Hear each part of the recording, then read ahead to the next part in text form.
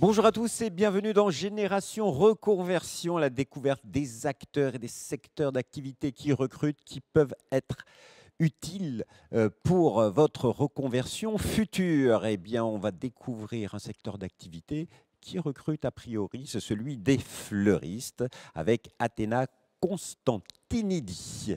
Bonjour. Bonjour Jérôme. Vous travaillez à l'École nationale des fleuristes et j'imagine que vous êtes ici sur l'événement Génération Reconversion parce qu'il y a des besoins dans le secteur des fleuristes en France. Tout à fait. Nous sommes présents aujourd'hui à la fois pour présenter le métier de fleuriste, qui est un métier en pleine évolution, qui aussi propose des opportunités pour tous les profils, mais aussi pour présenter notre école, l'École nationale des fleuristes, qui est le premier centre de formation en Europe à travailler la fleur. C'est-à-dire qu'aujourd'hui, les fleuristes en France recrutent, il y a des besoins. On peut dire que c'est un métier en tension. Alors oui, on peut dire que c'est un métier en tension.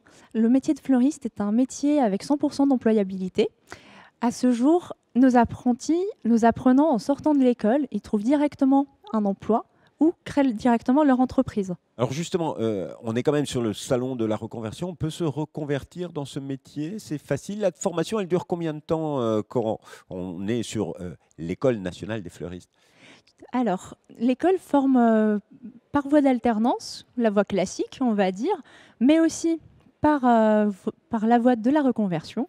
Nous avons des formations diplômantes éligibles au CPF. Donc vous avez mis en place un dispositif spécifique pour la reconversion? Tout à fait, oui. Nous avons à la fois le parcours classique de l'alternance pour les jeunes et aussi pour les personnes en reconversion, deux mêmes modalités de formation, à la fois un module qui est sur un peu plus long, on va dire, sur 13 semaines de formation pour acquérir formation pour se pour une formation diplômante éligible au CPF, mais nous avons également des modules intensifs qui sont du coup plus courts. Ils sont plus courts.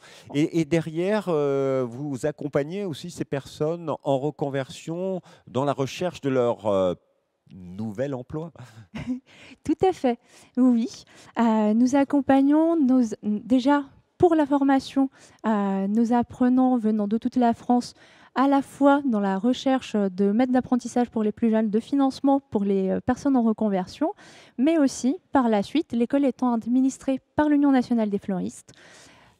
Nous les accompagnons sur la recherche d'emploi. Je vais vous poser une colle quand même.